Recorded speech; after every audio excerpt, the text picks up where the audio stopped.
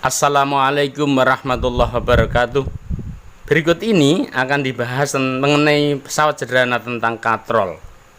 Sebelumnya dukung channel saya dengan tekan subscribe, like, share ke keluarga dan teman dekat Anda. Saya berharap semoga Anda sukses. Perhatikan tayangan berikut. Berikut ini adalah 3 buah katrol itu. Yang paling kiri adalah katrol tetap. Kenapa katrol tetap? Karena katrolnya memang tetap, tidak bergerak dia. Lihat di situ ada tali, kemudian ada beban.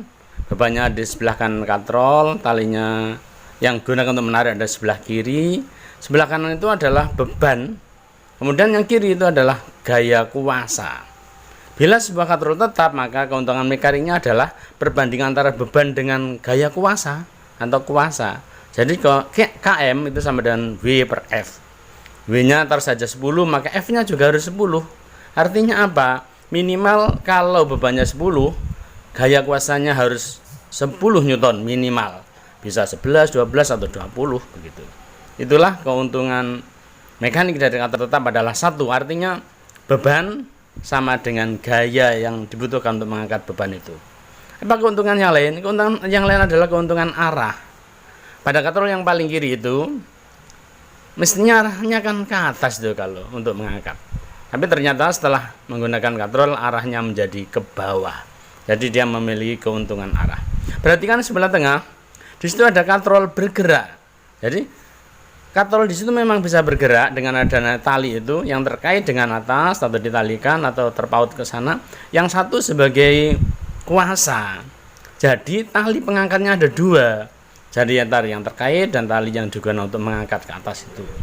Sehingga keuntungan mekaniknya itu ada 2. Karena ada 2 tali yang mengangkat. Jadi seandainya bebannya itu 10 Newton, maka cukup diangkat dengan gaya minimal 5 Newton. Seandainya bebannya 100 Newton, ya cukup diangkat dengan gaya minimal 50 Newton. Jadi 50 bisa, 51 bisa, 60 bisa begitu. Jadi keuntungan mekanik katrol bergerak adalah 2. Artinya gaya dapat mengangkat beban 2 kalinya atau dibalik. Beban dapat diangkat dengan gaya setengah kali beban itu.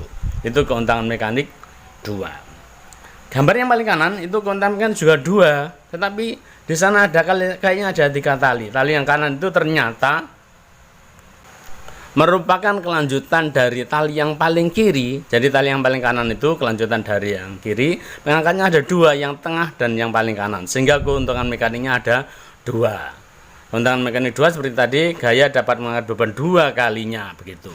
Keuntungan mekanik 2 artinya gaya dapat mengangkat beban 2 kalinya atau beban dapat diangkat dengan gaya setengah kalinya. Contoh, seandainya bebannya itu 1000 Newton, maka gaya minimalnya harus 500 Newton begitu. Seandainya gayanya itu 100 Newton, maka gaya minimalnya harus 50 Newton.